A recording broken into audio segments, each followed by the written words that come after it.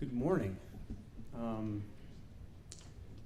Kind of taking a look at the batting order, I think it's somewhat ironic. I always see Scott, and I have a memory of one of my first times where I had to interact with a player at a very serious level, and obviously eventually put him on the clock as their 2004 mid-amateur at Stanwich. And Gene gave me the uncomfortable assignment of obviously delivering a message for the first time that a group was significantly out of position, and then following that up after they didn't self-correct with putting them on the clock.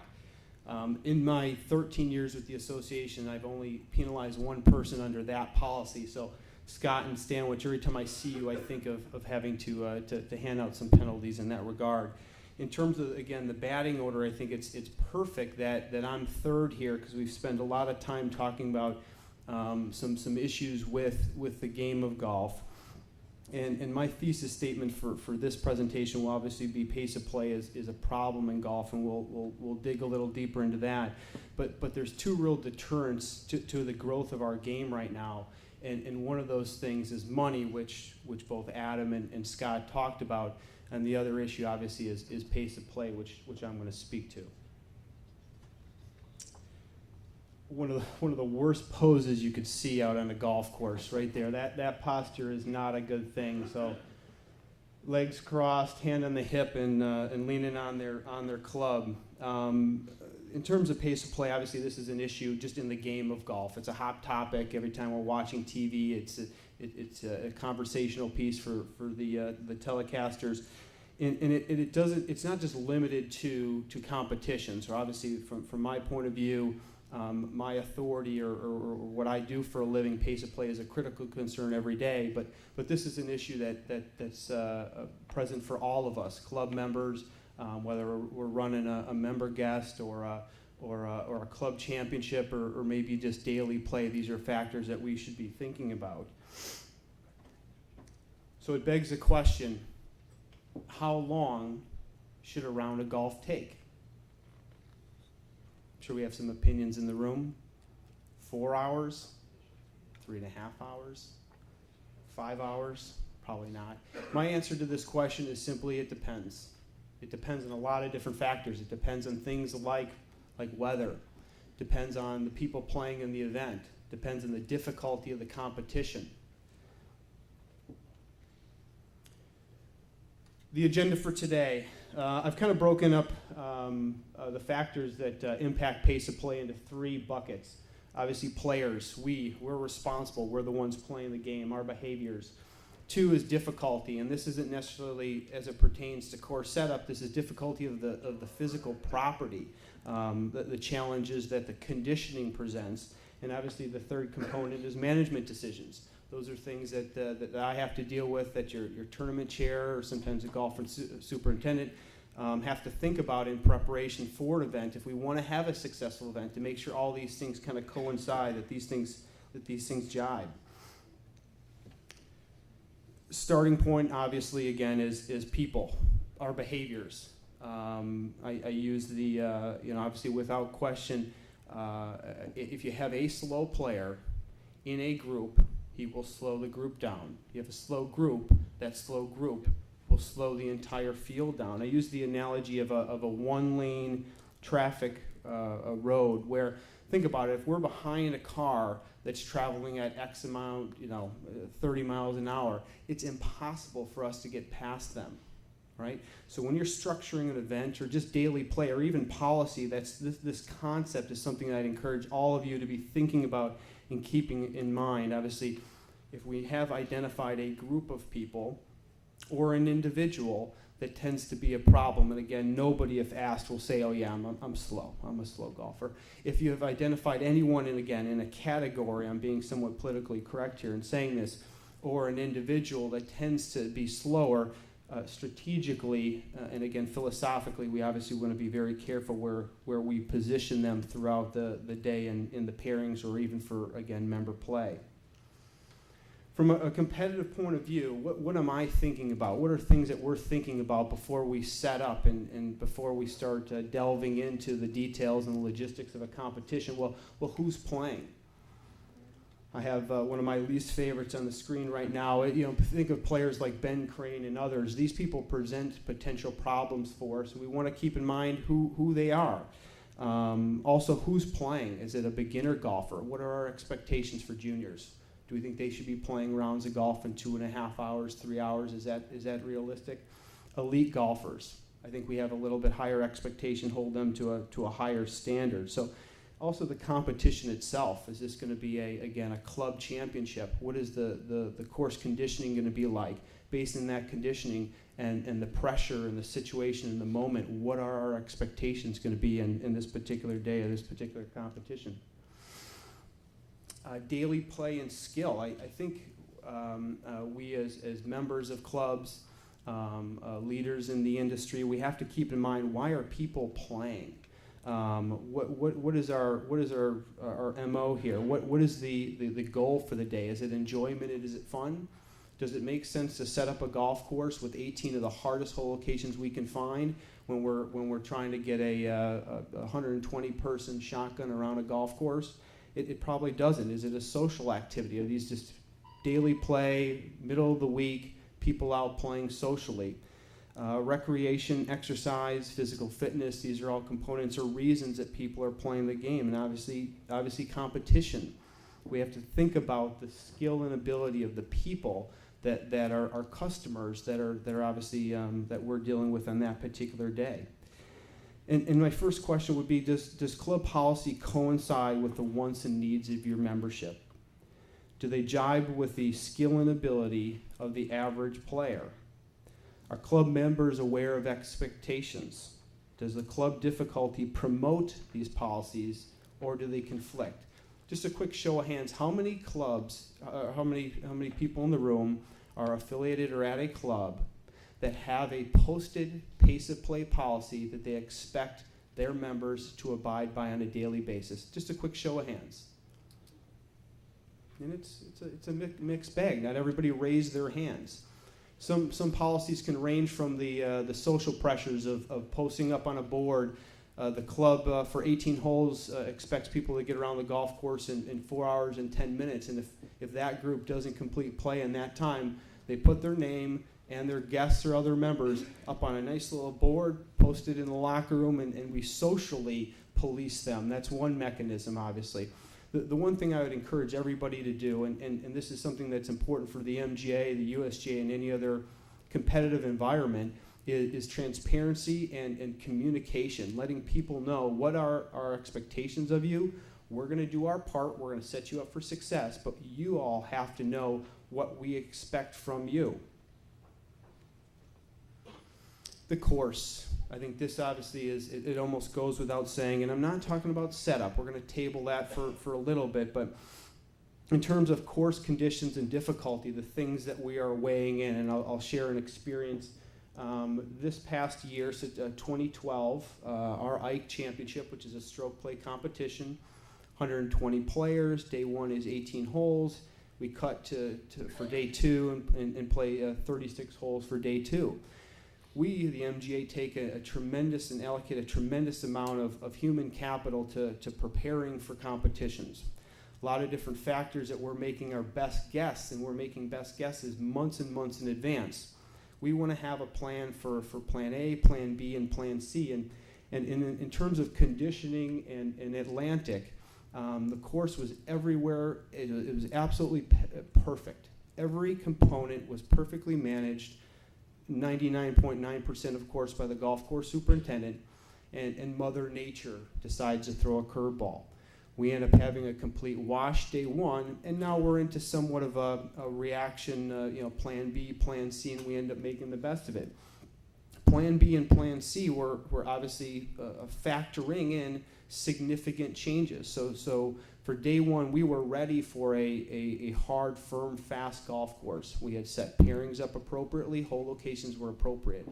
We get 3 inches of rain over the course of a couple hours, and by modern golf miracle are able to play the next day. Most players don't appreciate the time and the effort that goes into course recovery and getting this place right back into that same spectacular condition 24 hours later.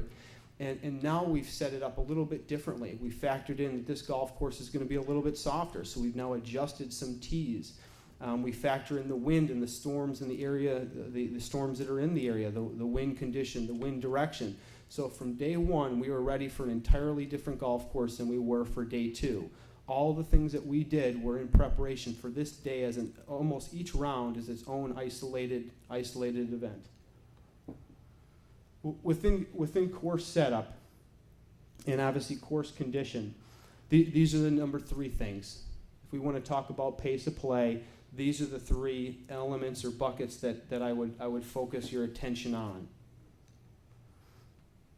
Tee placement and yardage. And yardage is obviously the number one determining factor in difficulty. If we're playing a 7,500 yard golf course, that same golf course at 6,000 yards will play completely different. It's a whole nother world. Alignment, tee alignment, those are also things that are obviously very important. And from a day-to-day best practice point of view, it's obviously early in the morning for a regular member play. We're setting up a variety of tees. And just be conscientious of where these tees are positioned, because all of a sudden you're pointing the tee, incidentally, right down the right line of a particular hole, and you notice the pace of play is a little silly that day, a little slower. It's because everyone's blowing the ball right into the right trees. Something as simple as that is obviously very important for us as an association in preparation for competitions, and something I'd remind you all just to be conscientious about. One question I have for the group, the tee label. Does everybody know what I mean by when I say that, the tee label? The instinctual masculinity of we must be playing from the blue or the white or the back tee markers. How many, again, a show of hands, how many at their club have changed because of issues like this, that people are playing from a set of tees not because of their ability, but because of their perceived quality of their play? But how many people have changed their tee marker colors and their alignment out of that traditional red, white, and blue? Just a quick show of hands. We were at Plainfield last year for the Met Open, and it's amazing. I played in a Pro-Am event that was to support the first tee. And when we got there, they obviously gave us the opportunity to play from any of the four tees that were out there. And any time the blue, the white, and the red are out there, again, instinctually, we want to beat ourselves up a little bit. Let's go to the blues. We're feeling good. We want to make some birdies, maybe win some prizes. Let's go to the whites. Well, at Plainfield, and it's a practice that I appreciate, they have this, not unorganized, but just a little bit of a shake-up on the tees. The red tees, the back tees. The red tees are the ones I want nothing to do with. They're way too hard. The yellow tees might be the more appropriate tees, but when they've changed this color system, it breaks me out of my habitual habits of blue, that's where we're going today, white, that's where we're going today. It makes me look at a scorecard and think about playing a set of tees that are appropriate for my game. I see 65, I'll take 6,500. That's perfect. That's what I'll do. I don't care if they're purple, green, blue, or red. At the club level, how many are supporting some of these fast play or tee it forward initiatives? Again, a show of hands. How many, if any, and even fewer? See, this is somewhat disappointing. These are, again, these concepts, these programs are simply to promote fast play. It's to promote a game that's going to be a little bit funner, more enjoyable, and obviously more appropriate for those particular players. It has kind of an allocated in terms of driver distance, and I'd encourage those that are interested to read and get more data on this. But these are things that we, the MGA, the USGA, would be promoting in terms of programs to advertise to your membership. And again, this is big picture. This is promoting everybody, maybe teeing it forward, playing from a shorter set of tees, hopefully playing a little quicker, and maybe even enjoying their day a little bit more. So again, all positives across the board. Number two, and another standard from a competitive point of view, this is what I will call the beauty and the beast, course conditions. Everybody wants that US Open perfection, the Augusta beautification. Rough cut. I'm going to have our nice, fast, firm fairways, difficult, firm greens, and rough is going to be where you can barely find your golf ball when you just missed the fairway. These are, and I spoke to John Carlone and Bob Nielsen the last couple days, and almost kind of recalibrating my own thought. And I'm reminded that in the Met area, the standards that we're looking at for a rough cut is in the 2.5, 2 3/4. Obviously, it varies depending on where we have a wide variety of clubs in this area here. And from a competitive point of view, we might ask that you make your a perimeter pass or two 4 days prior to the event, so we get a rough that's in the 3.5 range. And what we want to do is we want to have a rough that's going to challenge people, not just punish and penalize people. And it's not just the shot difficulty that, geez, what we want to do is add challenge, that the harder our golf course is, the better it is, the stronger it is, that the more people respect it. This impact is not only on shot difficulty, but it's also on pace of play, because you can get to rough where a shot that's not far off the fairway that people don't even think twice about when they leave the tee, all of a sudden you've got a 2 or 3 minute search. You don't know where your ball is. If you saw it went 10, 15 yards off the fairway, and you've got a little bit a rough that's a little bit out of control, and now here we are, we're wasting time in a search, and obviously that's going to have a ripple effect on players behind us. Green speeds. If you want to determine who the best player in the field is, the faster you get these greens, you're gonna absolutely do this. Green speeds, hole design, course contour, undulation, obviously keeping in mind weather conditions and play volume. These are all factors that we should be thinking about. And green speeds, this is temper expectations. From a competitive point of view, the MGA's requests are basically, we're in a very luxurious area. We are afforded the opportunity to bring our events to some of the best courses, not only in the Met area, but in the country. And your standards are already at championship levels. You are, for your memberships, maintaining a significant level of course conditioning. So when we want to prepare for a championship, our green speed requests are minimal because you're already there. You're already where we want to be. It's the 6 inches. Some courses might be appropriate to get another foot. Again, some places might even be appropriate to get another 1.5 feet on the stimp meter. But for the most part, we're already there. The faster the greens, 2 downsides. One, it's more difficult. The firmness, the receptiveness of the green when balls are bouncing off the green and it's difficult to hold the greens. What is this? What is the big picture impact here? More shots, more swings, chip shots, putting, time, higher scores, sorer egos. Again, all these things should be factored in. And from a course setup, the faster you get a green, the greens shrink for us. Okay? Because hole locations now have to be contained in a safer area. We have to worry about the kind of the runoff and the roll-off. We have to be incredibly sensitive to the undulations of the greens when we start getting the greens fast and obviously incredibly firm.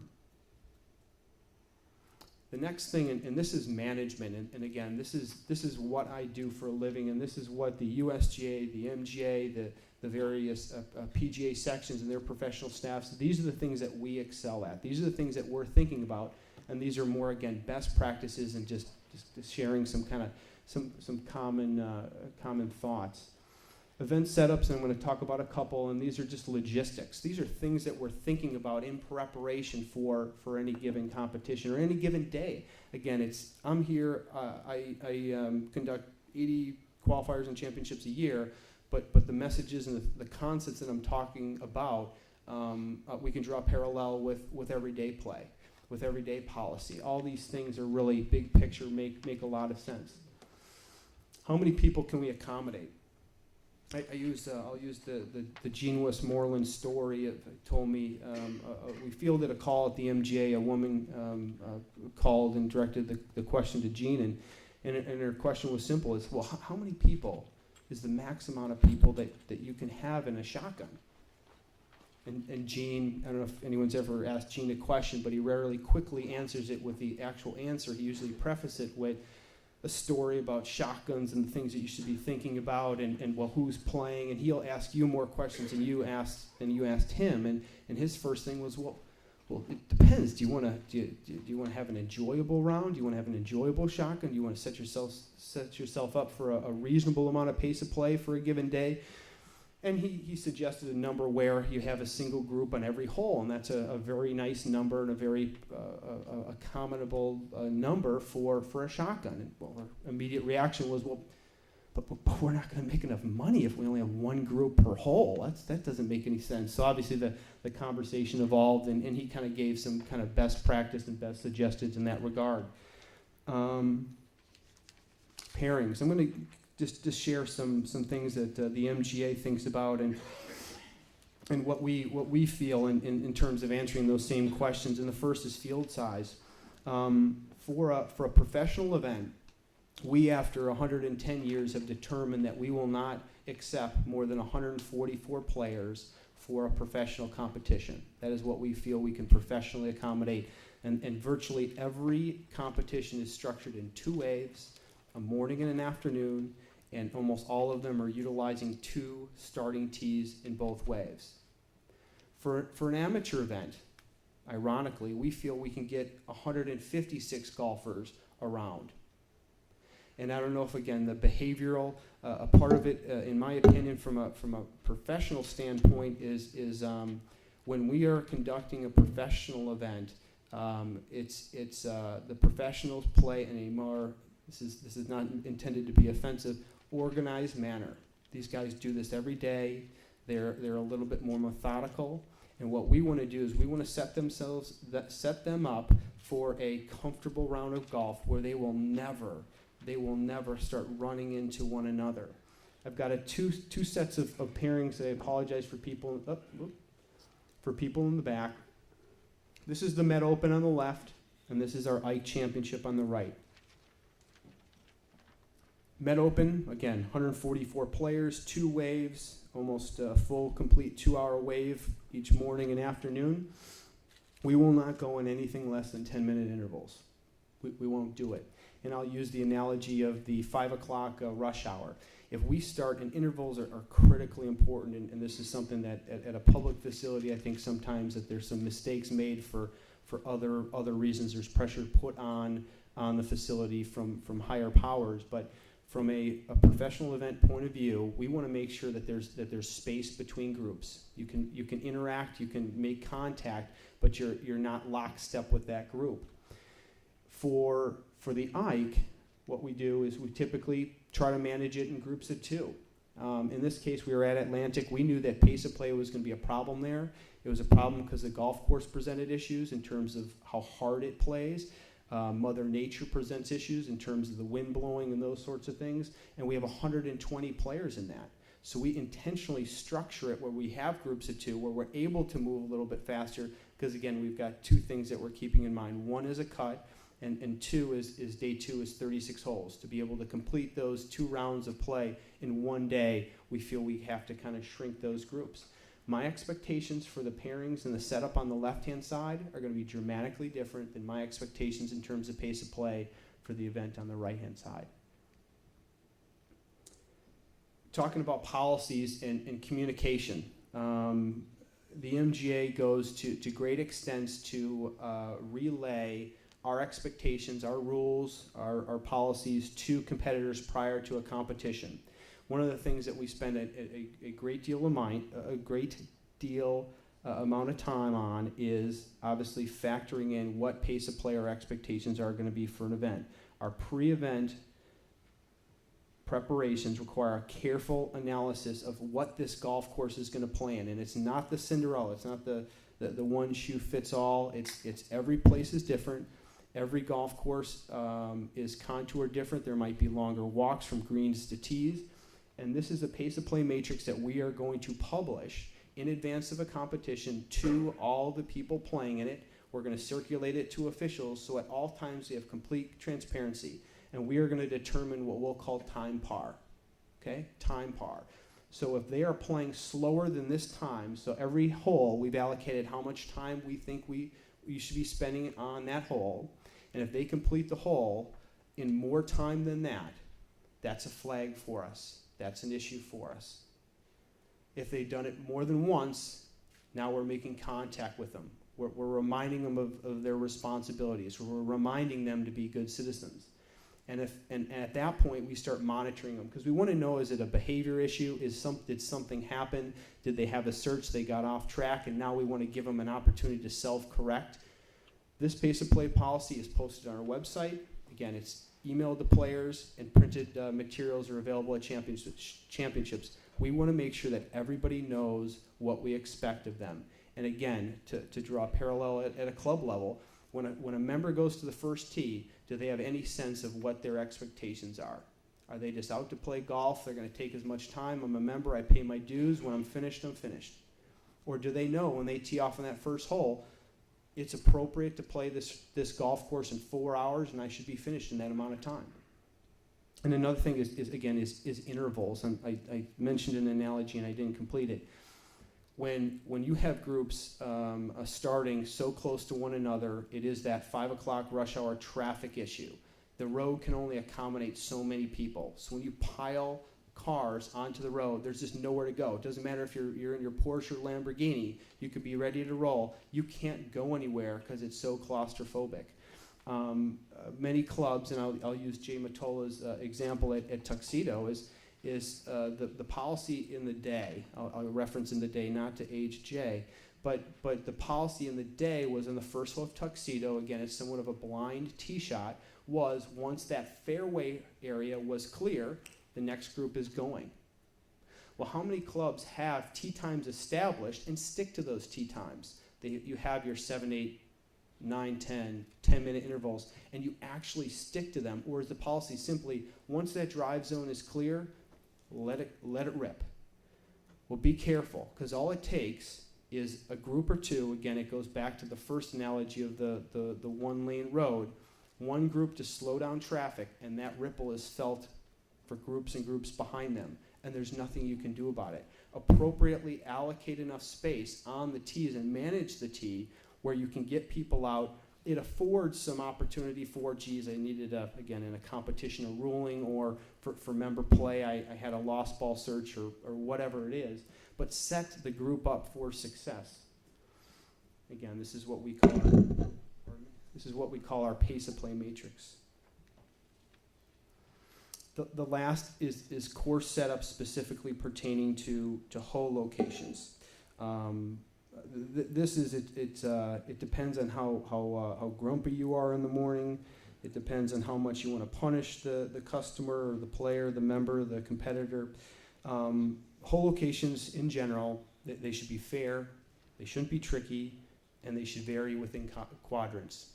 Okay, that's just a simple principle. From a championship point of view, we want to have we want to have sporting conditions, and we want to give players a wide variety of options and hole locations. This is just a green sample, and obviously I think everyone in this room would agree, based on the construction of this green complex, this is a very accessible hole location. Right? So if I wanted to give away the hole, this is an area I would be looking at. Again, plenty of space, not tucked. You can play a variety of shots to get a ball to this hole location. Generous landing area, open to putting. People could roll a ball up onto the screen and be within 10, 15 feet. Now we want to start talking about punishing people. If we want to make the decision to set up this golf course for whatever event, member, guest, whatever it is, regular outing, and we want to start tucking hole locations to feature our golf course, to show them the teeth and what this golf course can do, keep in mind what your expectation should be. All right? If we're going to do this, and we're shocked that people can't complete play in our 3.5 hours or 4 hours, it's not because they're not running or they're not hitting the ball within a prescribed time. It's because we have presented more challenge than we have expected. Quadrants. This is again another kind of best practice. We're seeing a lot of groups, and they've done this for years. Some of these things, I'm young, and many of these things have existed years and years before I was born. But from a golf course superintendent and a golf professional, whoever at your facility is responsible for the day-to-day setup, instead of it just being a guessing game every day. To me, I always joke around when I'm setting a golf course up, and if I ever interact with a member, I might kibitz with them a little bit, and how are you determining hole locations? And I always say, well, the MGA, we just turn her back to the green, we throw a ball. Wherever it ends up, that's the hole location for that given round. But what we're doing is we're trying to identify the various quadrants. We're trying to have a variety or a mix of what people, I'll say this term, and it'll kind of click with everyone, that 6-6-6 philosophy of the 6 kind of easier, more accessible, 6 in the middle range, and then 6 in the more difficult range, and obviously having balance between left, right, and middle. And from a competition perspective, that's very important, because we don't want to favor anything. We don't want to determine who the best, a draw or slice fader is in the field. But also from a membership perspective, to have variety and to have balance, I think just offers more potential enjoyment for a given round of golf. It requires them to hit a variety of different shots and test their games in a variety of different ways. So to identify every green, to identify different locations that you can put a hole location on a green, again, those would be best practices and things we'd encourage all of you to think about. Just as a quick recap, and again, some of these things are common sense, but we want to make sure that the course is set up appropriately based on the players and obviously the competition or the event. We want to make sure the pairings allow for proper tee time intervals. And lastly, make sure that the club communicates the expectations to their members, players, so on and so forth. Obviously, this takes hard work, communication, cooperation, awareness, but collectively, all of us, that's the members, the associations, the governing bodies, collectively we can kind of start chipping away at some of these pace of play problems.